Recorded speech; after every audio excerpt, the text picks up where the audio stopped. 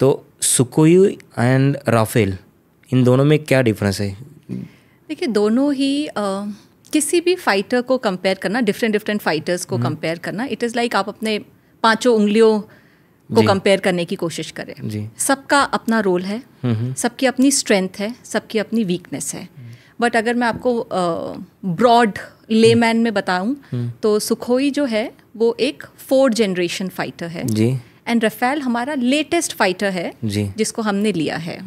Tejas and Rafale हमारे latest fighters हैं जो हमारे अभी इंडियन इन्वेंट्री में है। सो इनके मिसाइल सिस्टम्स जो ये कैरी कर सकते हैं, जैसे आपने ब्रह्मोस के बारे में इतना सुना है, तो Sukhoi is one of the aircraft जो ब्रह्मोस मिसाइल को कैरी कर सकता है।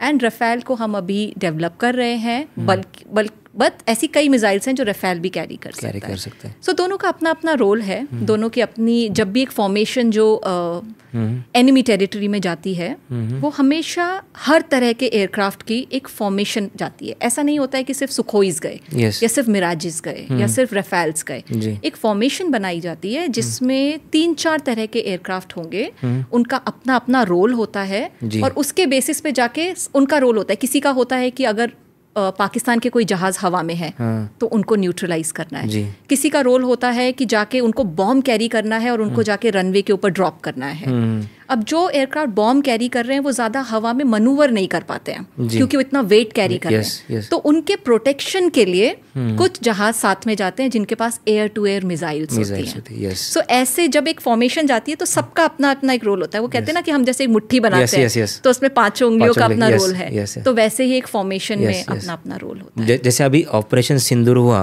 वहाँ पे भी मैंने सुना था कि Rafale is for the missiles and Sukhoi उसको प्रोटेक्ट करने के लिए जा रहा है। पॉसिबल, वो डिपेंड करता है कि किस एरिया में जा रहे हैं, कहाँ से एयरबॉर्न हो रहे हैं, किस टाइप का मिशन कर रहे हैं। एयर टू एयर कॉम्बैट के लिए जा रहे हैं या एयर टू ग्राउंड बॉम्ब करने के लिए जा रहे हैं, उसके बेसिस पे एक फॉर्मेशन बनाई जाती है एंड उसी तरह के बॉम्ब्स एयरक्राफ्ट में लोड किए जाते हैं।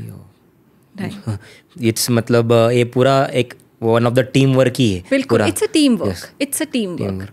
अकेला कोई तो जा रहा है और वहाँ पे दाग के आ रहा है, वैसा कुछ नहीं है। वैसा कुछ नहीं है। कॉन्स्टेंटली जब वो वहाँ पे हैं, जो ग्राउंड पे टीम है, टेक्निकल ऑफिसर्स की टीम, हमको उनके बारे में भी बात करनी चाहिए कि टेक्निकल ऑफिसर्स इतनी मेहनत करते हैं जहाज़ को सर्विसेबल बनाने में। It's not easy.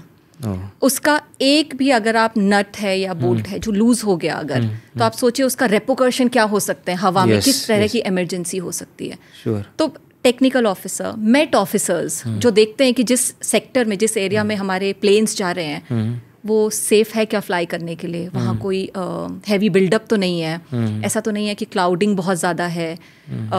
Fighter controllers ये देखते हैं कि कवरेज पूरा होना चाहिए and you know every branch is contributing in some or the other manner. However, they are not in front line, but they are definitely, I would say, strong support system to all the operations.